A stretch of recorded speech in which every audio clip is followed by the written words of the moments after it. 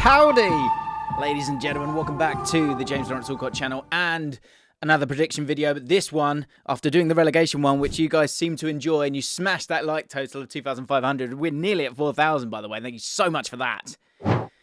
I have to do what I said I would do, which is the top 4 prediction video. Now, would I have done it anyway? We'll never know. Probably I would have. But the important thing is you're supporting the channel, and I bloody love you for that. So thank you. It's just clicking a button, but it means a hell of a lot. Subscribe if you're not subscribed, because look how excited it gets me. In this video, we're going to look at the contenders for those Champions League spots, put forward a strength and a weakness in terms of that battle for it, have a look at some of the underlying stats, and then predict who's going to make it into those Champions League spots, because it is still massively up for grabs. So who are the runners and riders, I hear you scream? Who are the runners and riders, Jim? Thank you. They are as follows. Manchester United currently in 3rd, Newcastle United in 4th, Tottenham in 5th, Aston Villa in 6th, Brighton and Hove Albion in 7th, and I'm going down to Liverpool.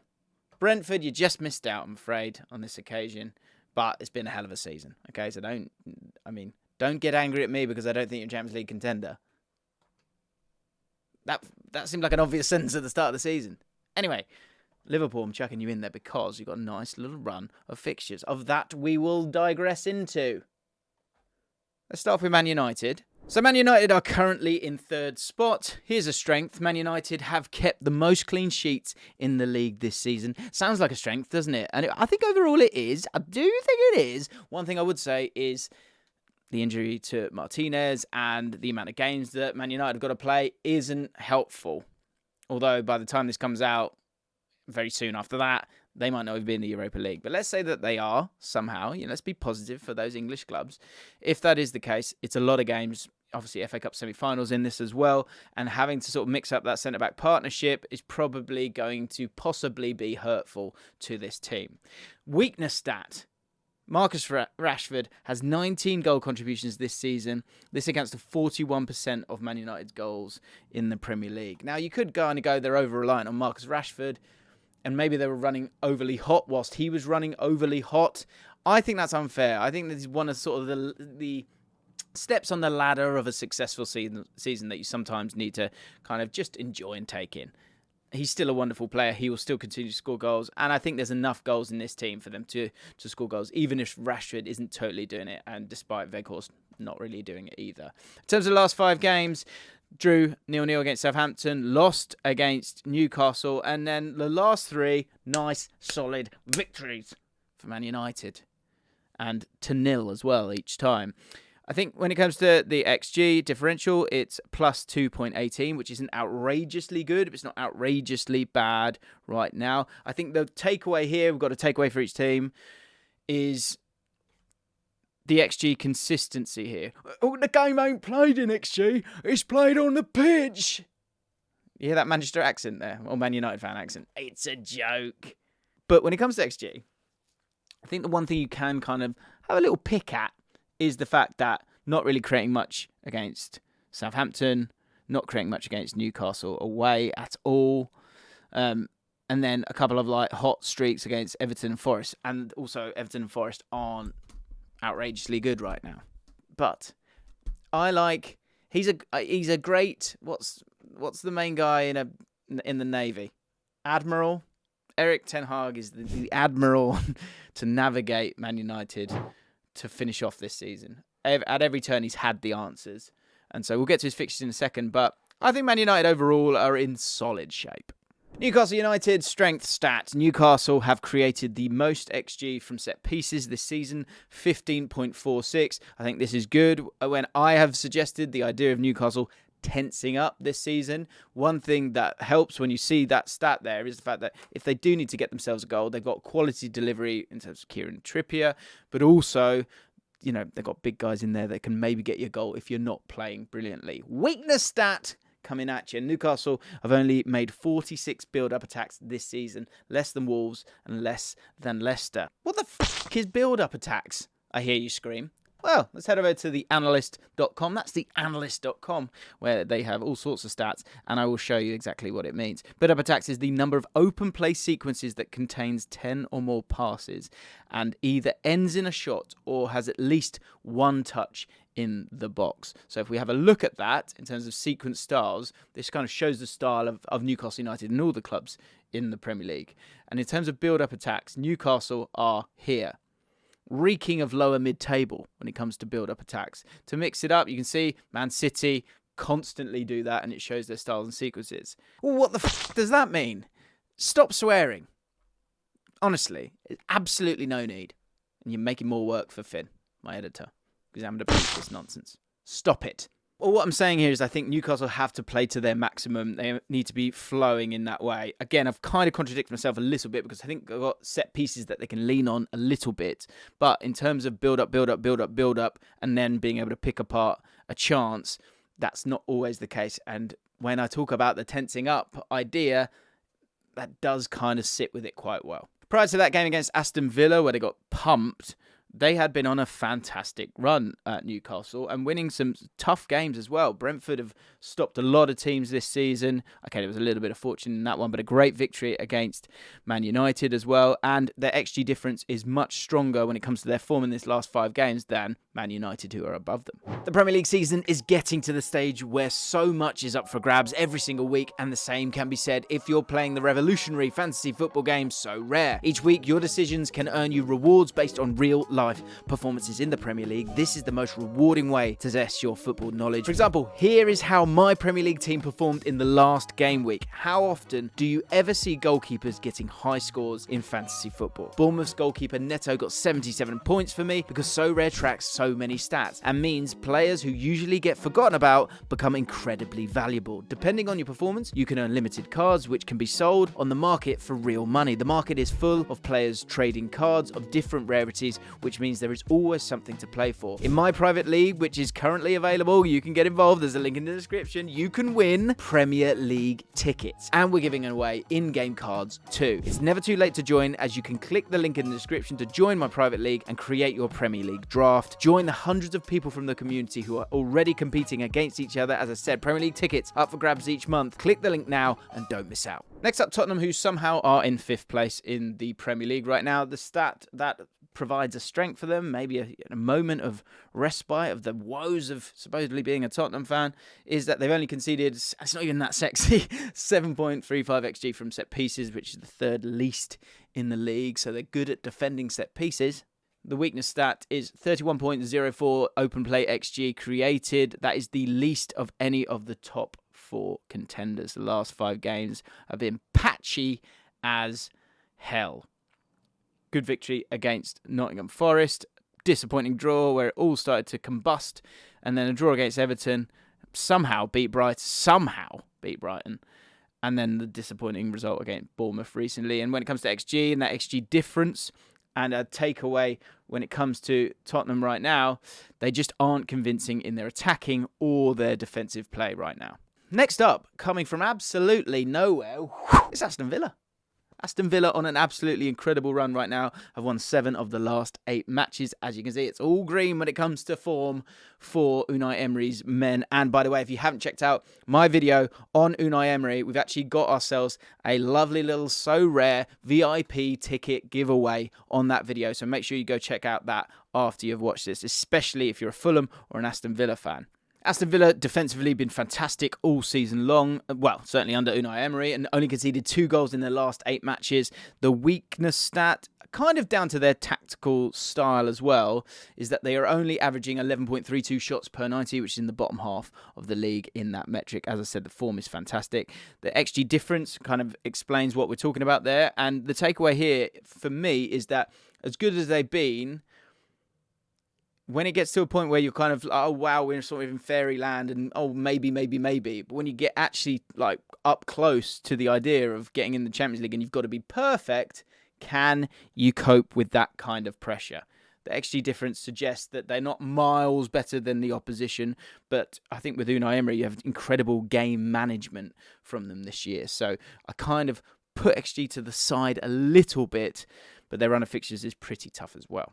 Next up, Brighton, who have just been one. I think that for me, this obviously Arsenal and all that stuff, but they have been the story of the season for me. Fantastic football, great club, just absolutely love Brighton this year. In terms of their stats, strength stat, 4th most passes into the penalty area per 90 in the league, 10.6. And the reason for that is they have utter control of pretty much every game that they play. Obviously played Chelsea very recently, and you can see it here in terms of the zones of control.